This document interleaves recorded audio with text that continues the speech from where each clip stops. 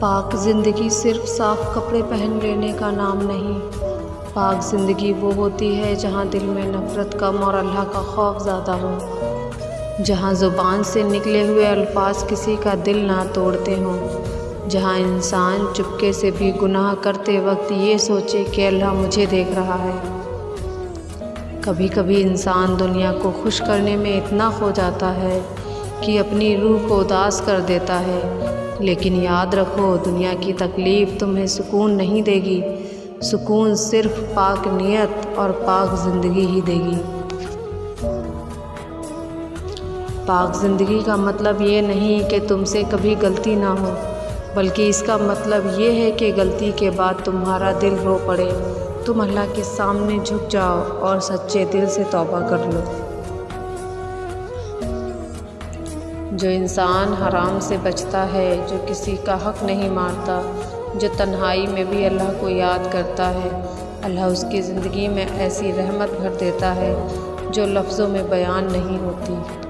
آج اگر دل بے چین ہے تو اپنی زندگی کو پاک بنانا شروع کر دیجئے، نماز سے رشتہ جوڑیے، قرآن کو سمجھیے، دل سے نفرت کو نکالیے اور یقین رکھیے کہ اللہ پاک لوگوں کو کبھی اکیلا نہیں چھوڑتا۔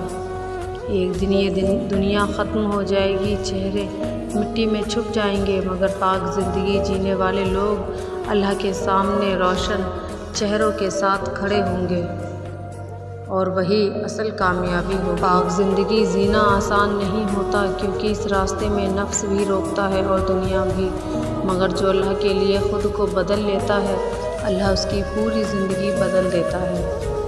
گناہ کا مزہ کچھ پل کا ہوتا ہے، لیکن پاک زندگی کا سکون پوری عمر بھر رہتا ہے۔ اپنے دل کو پاک رکھیے، کیونکہ اللہ چہرے نہیں دل دیکھتا ہے۔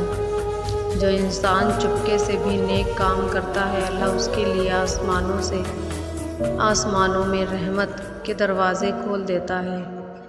پاک لوگ ہمیشہ پرفیکٹ نہیں ہوتے، مگر ان کا دل ہر بار اللہ کی طرف لوٹ آتا ہے۔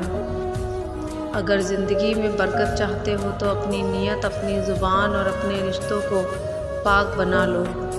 کبھی کسی کی بد دعا مت لو، کیونکہ پاک زندگی صرف عبادت سے نہیں انسانیت سے بھی بنتی ہے۔